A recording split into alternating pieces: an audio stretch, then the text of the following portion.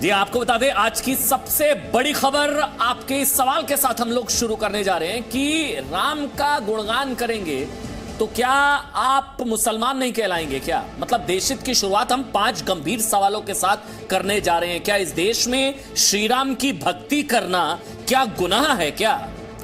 जो राम गुण गाएंगे क्या वो जिंदा जलाए जाएंगे? अब राम भक्तों को ये दिन देखना पड़ेगा कि अगर राम गुण उन्होंने गाया तो फिर उन्हें धमकी दी जाएगी कि ISIS की तरह जिंदा जला दिया जाएगा। आपको ये सब सुनकर बहुत हैरानगी होगी कि हमें किस तरह के सवाल पूछ रहे हैं, लेकिन अलीगढ़ में जो कुछ हुआ उसके बाद ये तमाम सवाल बिल्कुल सही हैं। अलीगढ़ में रूबी आसिफ खान की राम भक्ति से किस तरह मौलाना डरे और उनको डर लग रहा है, डर क्यों लग रहा है, हम ये सवाल पूछ रहे हैं।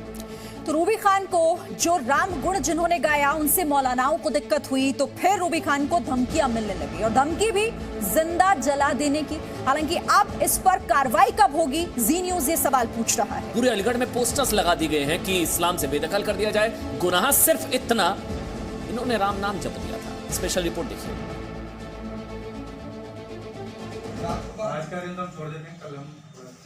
बोले श्री रामचंद्र भगवान की जय। रूबी खान, हमें गर्व है आपकी श्री राम भक्ति पर, हमें गर्व है प्रभु श्री राम में आपकी अपार श्रद्धा पर, हमें गर्व है कि हमारे देश में रूबी खान जैसी महिलाएं भी प्रभु श्री राम की भक्त हैं,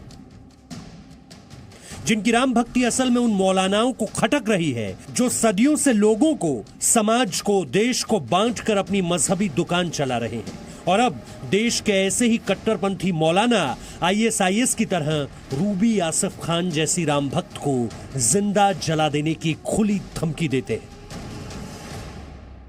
मेरे साथ मैंने जो भगवान श्री राम मंदिर की नींव रखी गई थी 5 तारीख में, उस टाइम मैंने अपने घर में पूजा अर्चना की थी अपने परिवार के लोगों के साथ। इन लोगों ने मुझे धमकी दी है। पूजा क्यों करी इसने भगवान श्री राम की? उत्तर प्रदेश के अलीगढ़ से आई ये पूरी खबर आपको बताते हैं। वो तारीख थी 5 अगस्त जब अयोध्या में प्रधानमंत्री नरेंद्र मोदी भव्य श्री राम मंदिर निर्माण के लिए भूमि पूजन करने पहुंचे थे।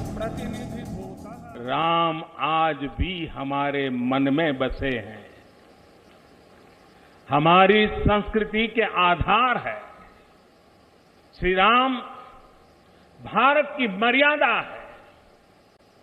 श्री राम मर्यादा पुरुषोत्तम है। ठीक इसी समय, इसी दिन अयोध्या से 555 किलोमीटर दूर अलीगढ़ में रूबी आसिफ खान अपने घर में परिवार के साथ श्री राम की आरती कर रही थी। उन्होंने श्री राम मंदिर ट्रस्ट को 5100 रुपए का चेक भी भिजवाया था। इसके बाद रक्षाबंधन का पर्व आया तो रूबी खान ने रामलला को रक्षाबंधन पर राखी भी भेजी। बस उनकी यही राम भक्ति कट्टरपंथियों को खटक गई। उन्हें लगा जैसे रूबी खान ने उनकी सदियों पुरानी ढकोसलों से भरी मजहबी सत्ता को चुनौती दे दी। इसके बाद अलीगढ़ में रूबी खान के घर के बाहर से लेकर शहर में जगह जगह मस्जिद तक रूबी को जिंदा जला देने की धमकी देने वाले पोस्टर लगा दिए गए। लेकिन श्री राम की भक्त रूबी खान ने भी हार नहीं मानी और इन असामाजिक तत्वों के खिलाफ पहुंच गई थाने FIR दर्ज कराने। ऊपरकोट में शम्स प्लाजा मस्जिद है, उसके सामने बटवाए भी हैं और जो उस्मान पाड़ा है वहाँ पर छब्बाए भी हैं। ये कहा है कि इस्लाम से खारिज करो इन्हें, इनका घर फूंक दो, बच्चे समेत जलाकर मार दो। अलीगढ़ की पुलिस ने रूबी आसिफ खान को सुरक्षा और न्याय का भरोसा दिया, लेकिन समाज में जहर खोलने वाले ऐसे कट्टरपंथियों को समझ लेना चाहिए कि भारत में अब फतवा फैक्ट्री पर ताला लगकर रहेगा।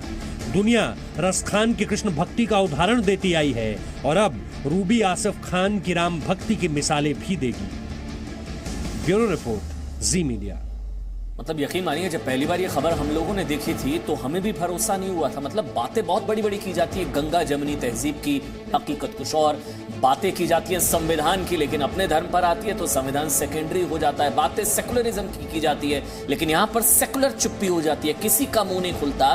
गलती क्या रूबी आसिफ खान की? सिर्फ राम का नाम लिया और धमकियां जान से मारने की, तेजाब डालकर जिंदा जला देने की धमकी। पोस्टर आप देखिए, इस तरह के पूरे पोस्टर से अलीगढ़ पटा पड़ा है। जगह जगह पोस्टर्स लगाए गए हैं, उनके घर की गली में पोस्टर्स लगा दिए गए हैं और इस्लाम के ठेकेदार, स्वयंभू ठेकेदार इस्लाम से बेदखल करने की बात कर रहे हैं। गुनाह क्या? गुनाह सिर्फ इतना कि राम का नाम लिया, रामलला की पूजा की।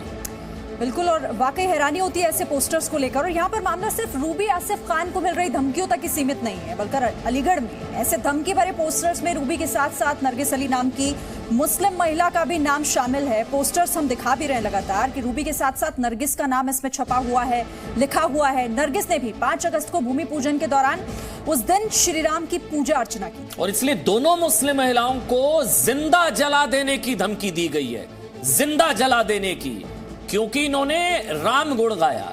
इसलिए हम लोग सवाल उठा रहे थे कि राम गुण गाएंगे तो क्या भारत में जिंदा जला दिए जाएंगे? वो भारत जो राम का देश है, राम के देश में राम का नाम लेना अपराध कैसे हो गया? दोनों पीड़ित महिलाओं ने धमकी मिलने की शिकायत पुलिस में दर्ज भी कराई है, कंप्लेंट दर्ज कराई गई है। और अलीगढ़ पुलिस ने अब अज्ञात के खिलाफ भावनाएं भड़काने, आपराधिक धमकी का मामला दर्ज करके जरूरी कार्रवाई का भरोसा दिलाया गया। Presenting B News app, available on Google Play and App Store. Download it now.